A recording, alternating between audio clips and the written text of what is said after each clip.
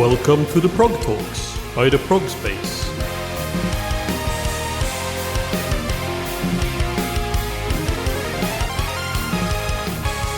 Welcome to the Progtalks, an interview series by the Progspace where we will be talking to musicians in all corners of the progressive music scene.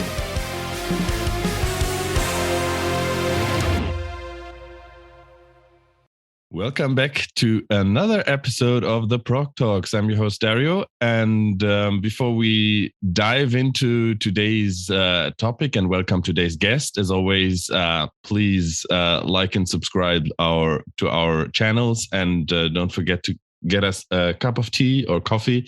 That helps us out a lot. Thank you for tuning in, and as you might have seen from in the title of the episode already, today's guest is Miguel Espinosa, Moe from Persefone. Hi, Moe. Good morning. How are you doing? Good morning. Fine. I'm fine. How are you?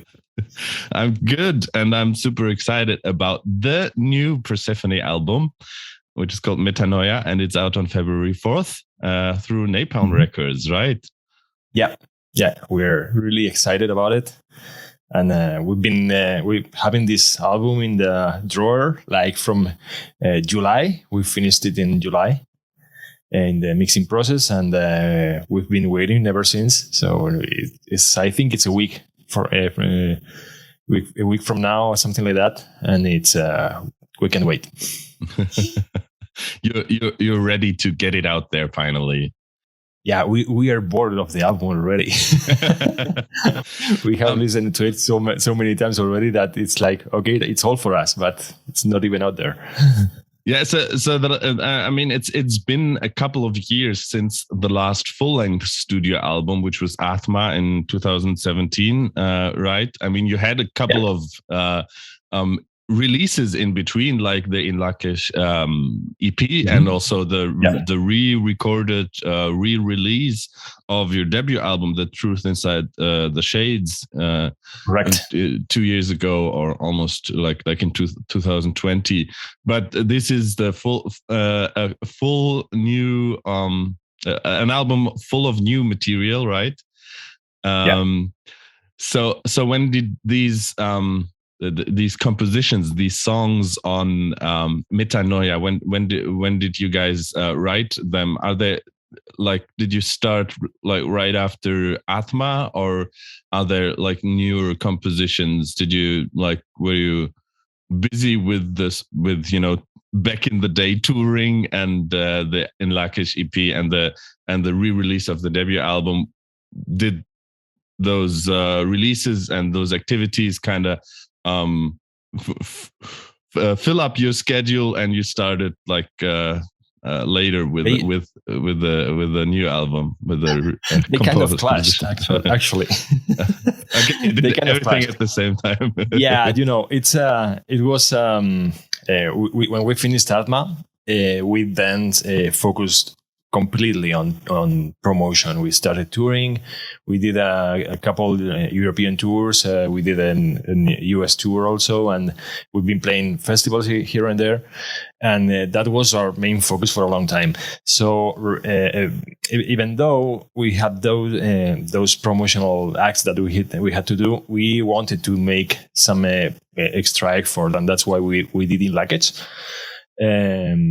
And then when we were finishing the promotional process of Aathma, we had that feeling that it took around 2 years. I remember we were going to Carmoigeddon Festival in Norway, and we started talking about the fact that Truth Inside the Shades had already 15 years old, and that it could be a good idea to re-record the album. Now that we have our own studio and we have more control over how the final sound will be, it could be fun to know how we could develop that idea of re-recording the album and check new old material. And we thought that could take, I don't know, couple months, maybe a month, something like that, something fast. It was we will do this really fast. We weren't that technical, but back in the day, and I think we took like 8 months, something like that. It was like, okay, this was a terrible idea. Time wise in the schedule we had in mind, it was terrible idea. Anyway, we loved the final result, but it collided really, really bad with the process of writing Metanoia, that we had to stop, and we had already begun back in the day with some ideas, and we had to stop to finish that thing, and then we started working on Metanoia. All right. From Metanoia, you released 2 singles, and one was the Merkabah, the first one, and then the second one was I'm blanking out here. I have everything written down. Please help me out. No problem. Katabasis. Yes, the second one, yeah. Katabasis.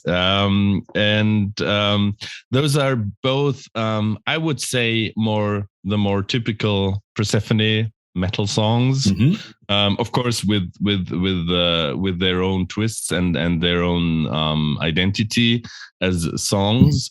But as far as the whole album goes, there is a lot of different stuff to discover on Metanoia, and I think there's.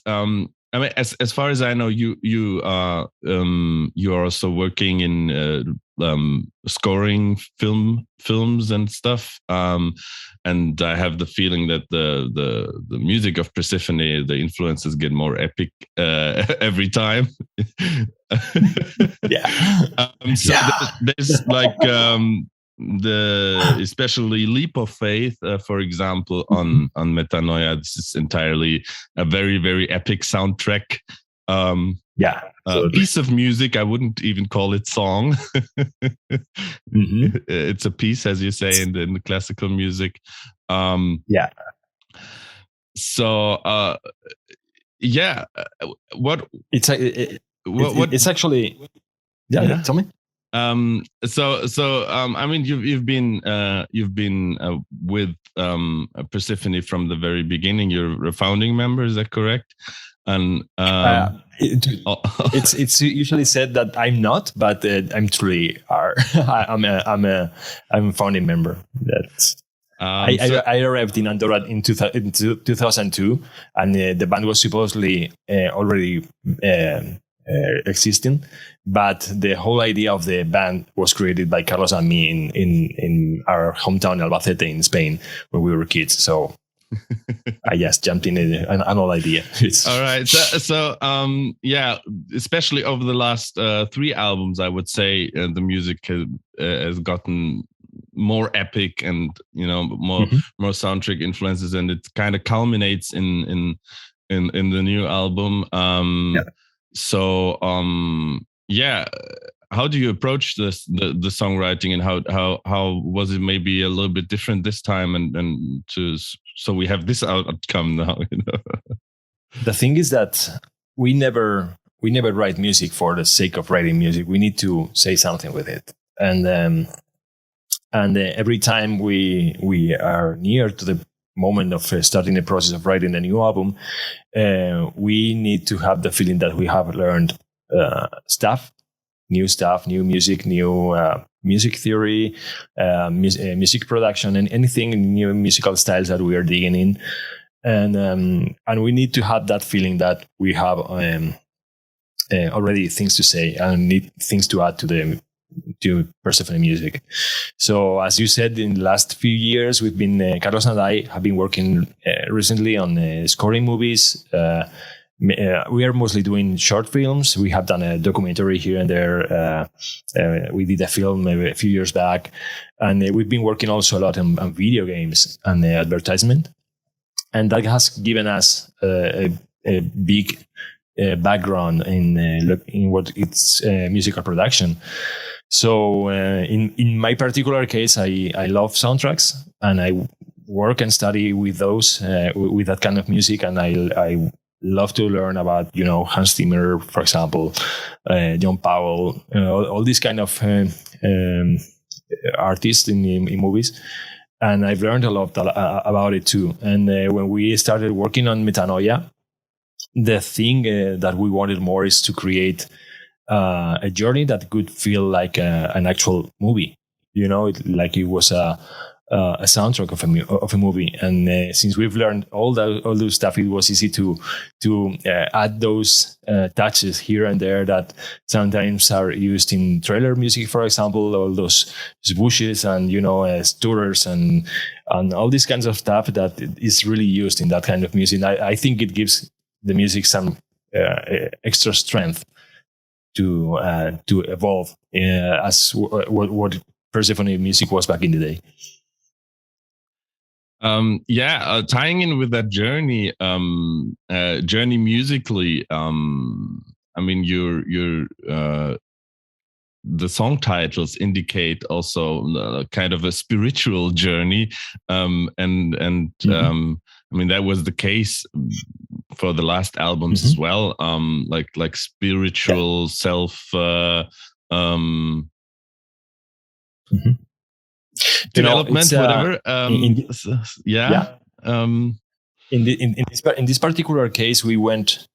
We didn't want to go in a metaphysic concept. We wanted to focus it in a more material process of the human being, and that's why we have even the name metanoia.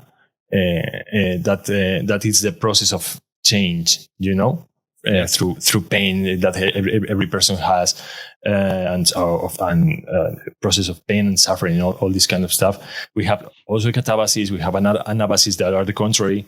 Katabasis is the descent of a person to his personal hell, and we have anabasis that is the rise, and we wanted to combine all this stuff to create this kind of concept. But I think in this case is more material, it's not that metaphysic as we did in Aathma, that means literally soul, or spiritual migration, that touches different concept behind that.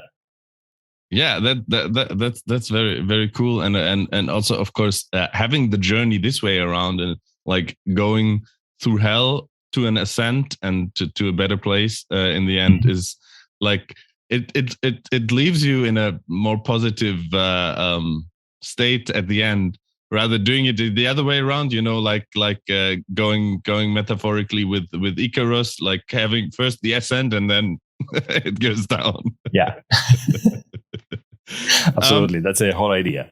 In German, like the anabasis and katabasis are also used in music theory. I don't know if it's the same in English or Spanish or whatever. If you've heard also about this anabasis and katabasis in relation to music theory, because I couldn't I've find. Never heard about it. Actually. I couldn't find like when looking it up on Wikipedia in German, there was this whole explanation. Also with examples from Bach, for example, and but there was no no other language sites for this particular thing. But of course, it has. It has to do with. That's a curious thing for me. I've never heard that. With descending and ascending motives. Yeah, that's the whole idea. But as I said, I've never heard about some musical theory behind that. We study about the concepts that I think they are actually Greek. Those names are actually Greek. Yeah, and we love those concepts because they matched really good with the concept that we have initially. That was metanoia. And how does the part 3 of consciousness tie in there, as it's kind of a at least the title is a continuation of course consciousness part 1 and 2 from spiritual migration back then. Sorry, with the anabasis part 3 or consciousness part 3? Consciousness Part 3, as it is kind of, after two albums, there's something popping up from two albums back. How does it fit into the new metanoia concept? We'll actually like to have fun. When we write music, this is like war. We love each other. We are family. But when it comes to composing and writing music, we are not nice with each other. It's like we need to destroy the other person's idea because it's not good enough. It's like you have to demonstrate the other person that the idea is so freaking cool that it deserves to stay in the recording session. So it's like we are not really, really nice about it. And then back in the day with Aathma, we wanted to make an instrumental song, but it didn't fit, actually. We were thinking about it, but in the end, we went with those 20-minute song that Aathma was. And we left that idea of a long instrumental behind.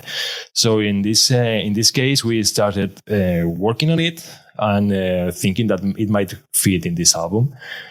And then all the concept that in the album goes from, as I said, from the Katabasis, that is the moment of descent of a person to his personal hell, and then we are moving forward. We pass through the Merkabah. It's also it's a vehicle of transformation of through pain. It's like it's in the middle of the album because of that. And then we thought that having consciousness about what a sense of consciousness about what you have in that particular moment that is right behind Merkabah, it was a good idea, and it made sense to let's do Consciousness Part 3. It can be fun to work with old melodies and combine them with the new melodies that we are adding in this new album. And I think it was. I won't say easy to write, but it was fun. It was for once it was a really creative process in which we didn't stop ourselves because of timing. Because for example, when we are working on songs that might be a single, we try to focus more on songwriting, that it has to have made some kind of sense, and even we want the timing not to go too far, like 11 minutes, that's not radio friendly. Exactly. But in this case, it was like, whatever, let's move on. And actually this is fun because I recently knew that it was 11 minutes because I never realized about that until a journalist told me.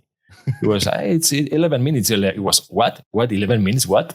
And it was, I never knew about that until that very moment. I thought it was like, 8, 9 minutes, typical Persefone instrumental song, but it was okay. We went through past 10 minutes. Cool.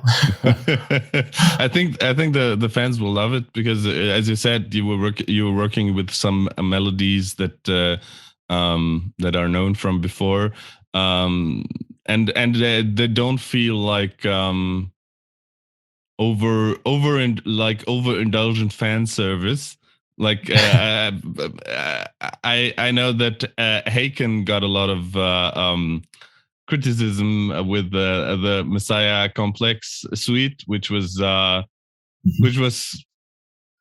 just ridiculously crazy and fun, but also a little bit much, like cramming all those motives from 1.5 albums in there. Okay.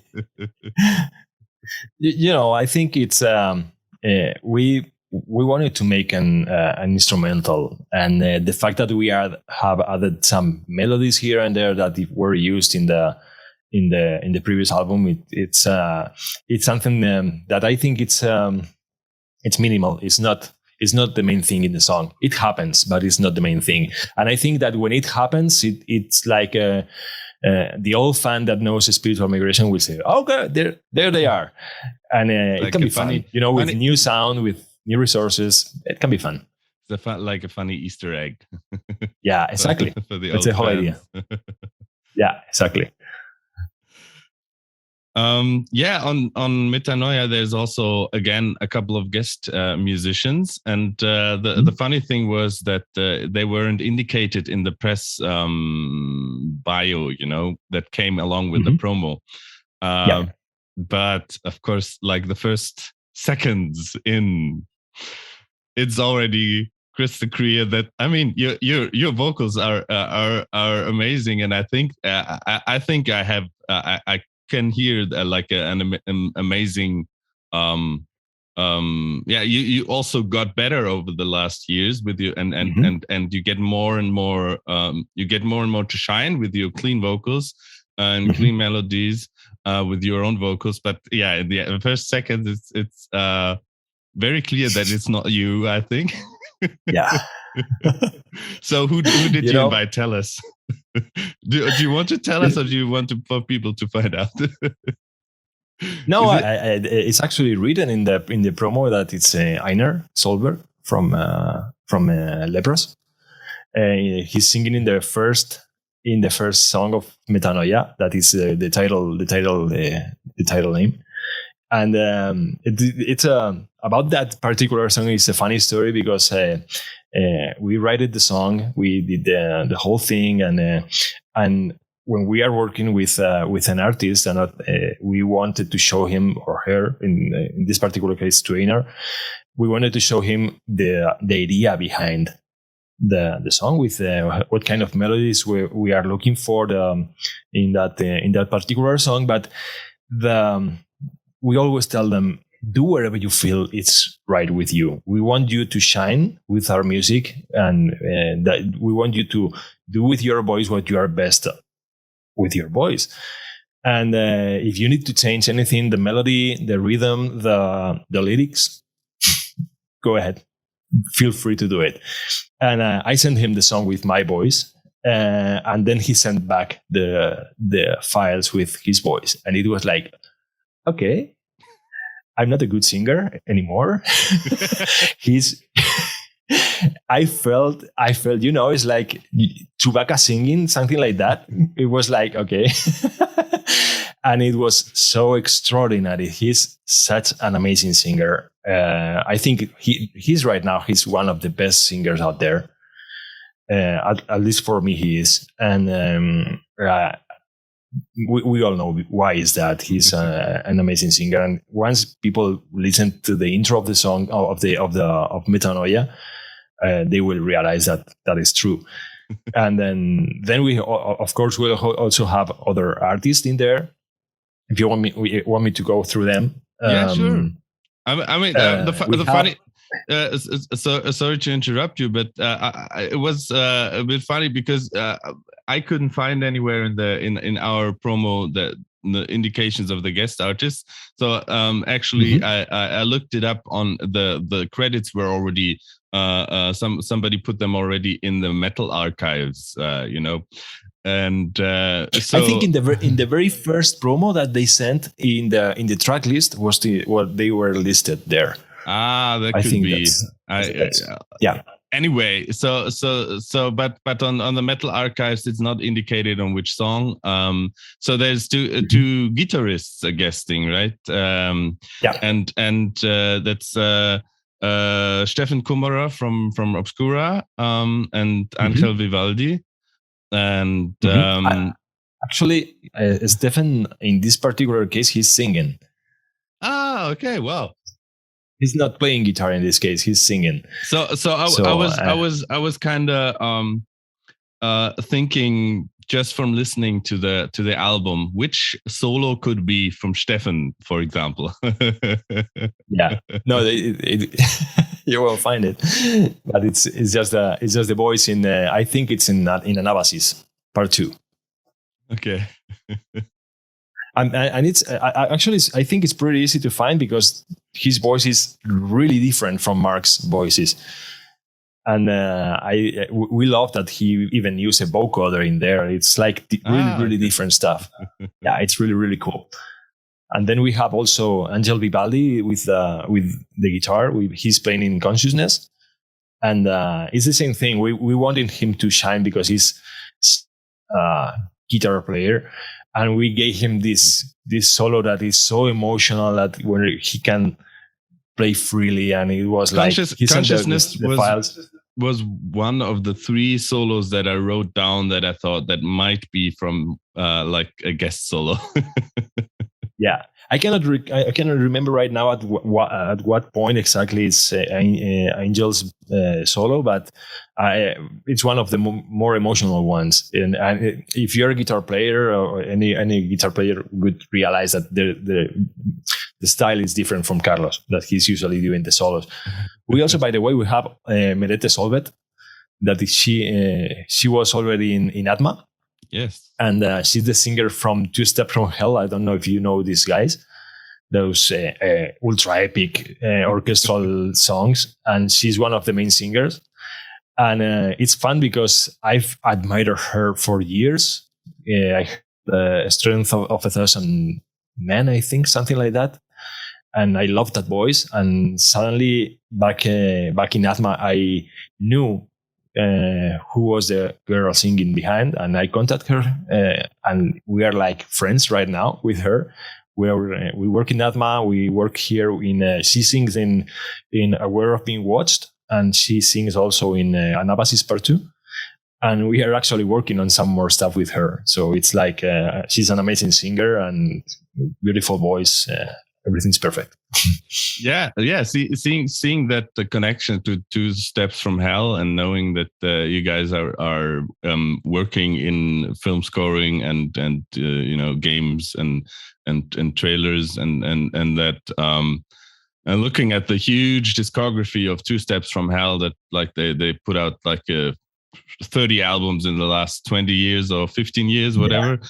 Crazy shit. Yeah. I thought maybe, did you ever think about maybe apart from doing a Persefone album or scoring a particular short movie or documentary or whatever it is, of maybe writing an album, an instrumental album, like maybe a little bit in the direction of Leap of Faith? Yeah.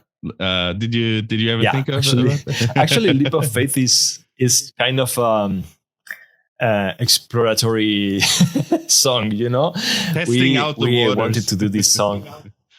Exactly. It's like, okay, it's cold here. It's like when you put the feet in the swimming pool. It's like it's cold.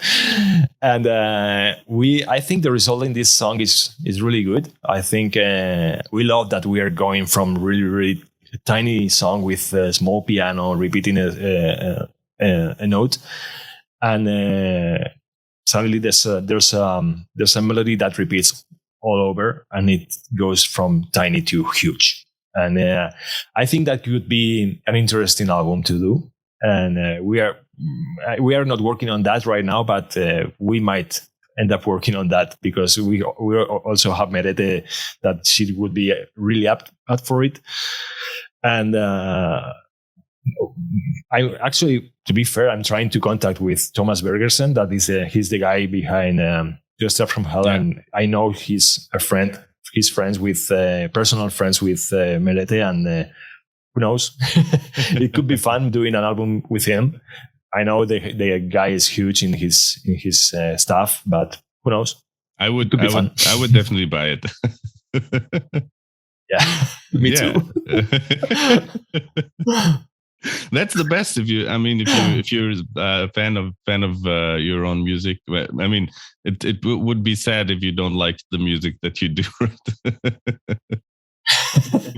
We need to have that feeling that the music we are doing is we love it. If we don't love it, it's not good enough. So I think the overall the bar we are looking. I mean, all the time is, if we love it, then people can love it. But we cannot expect people to love our music if we don't love it. So it's a simple thing, but it's an important thing. Speaking about people loving your music, I think your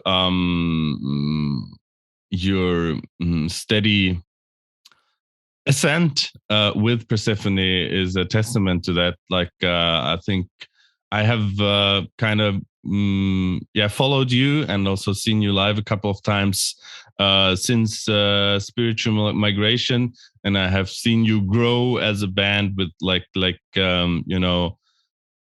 when you see a band for the first time, like in a tiny club with like maybe a capacity of 200 people, and then like 2 or 3 years later, it's the 500 to 800 venue, and then it's so heartwarming and beautiful to watch.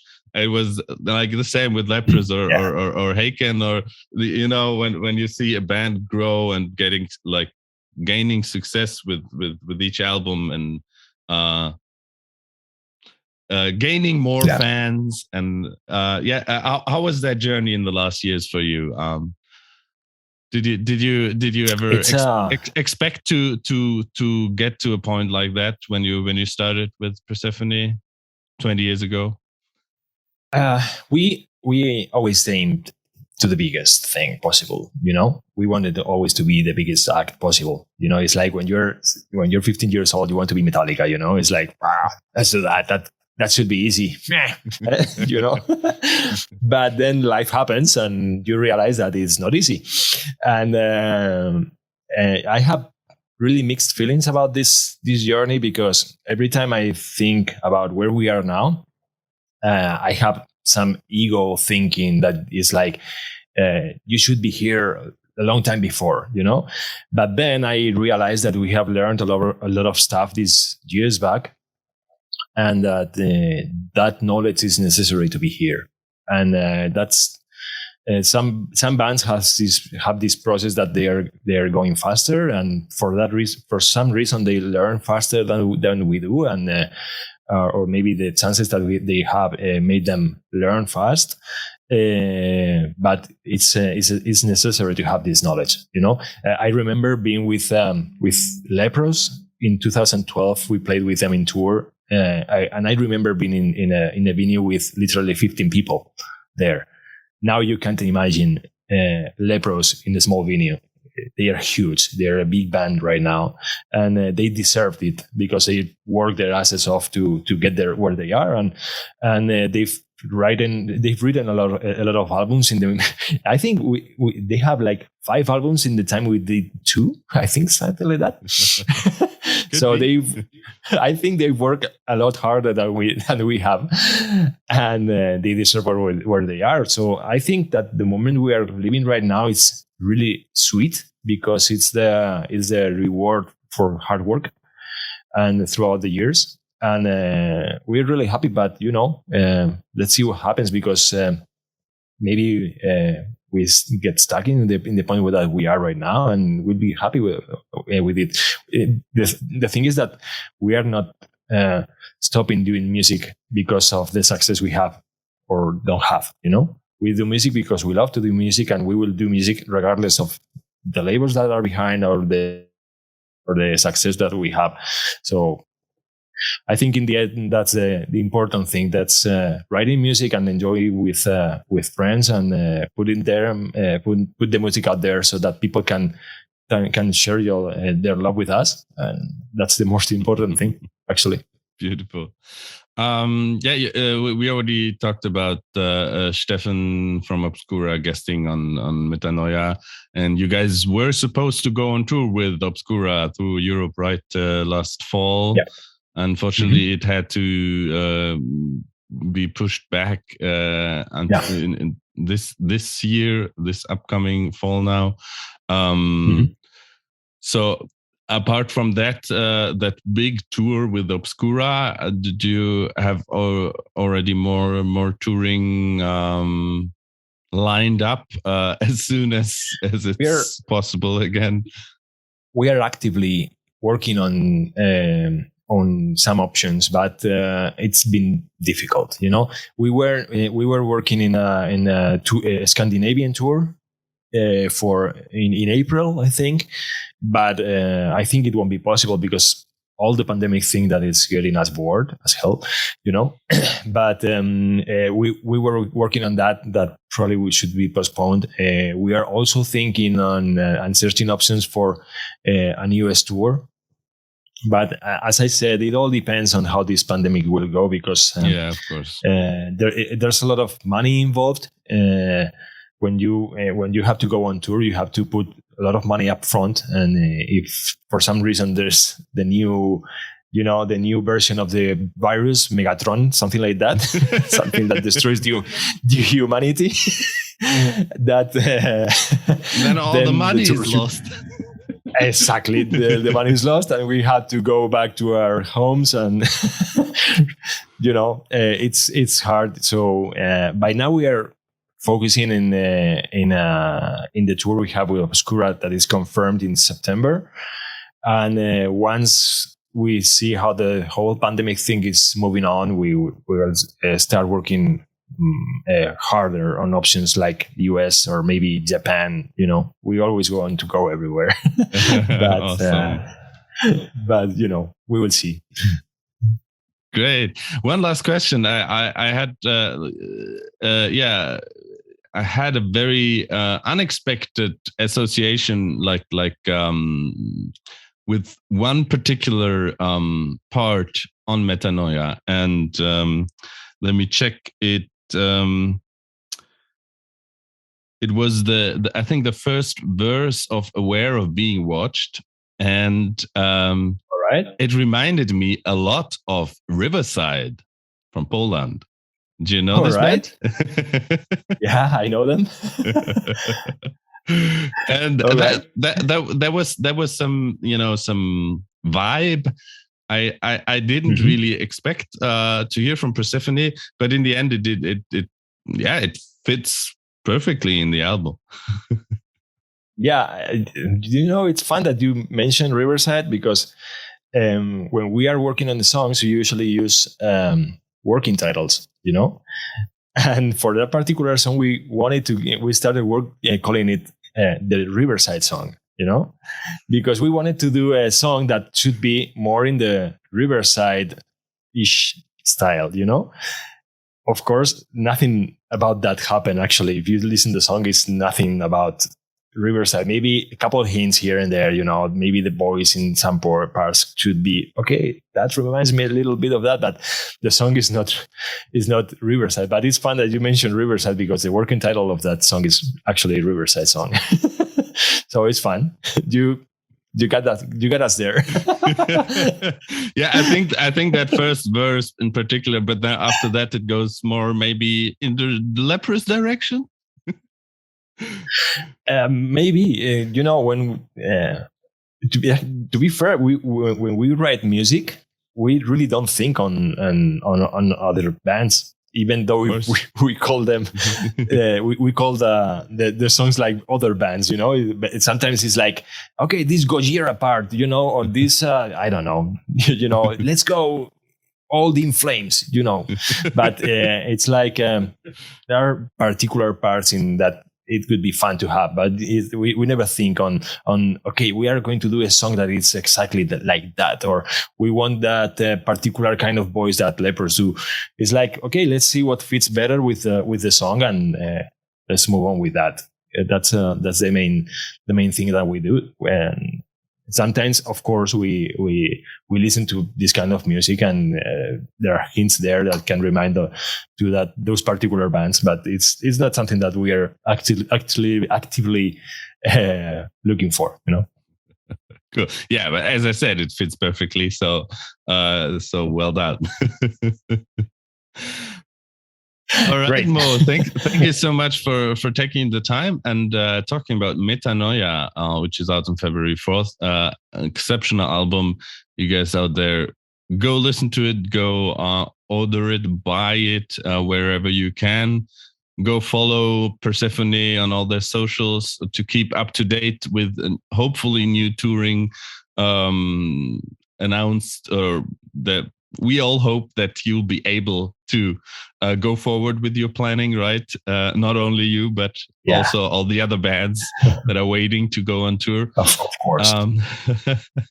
Thank you guys out there for listening, for tuning in. I hope you guys like what we're doing. And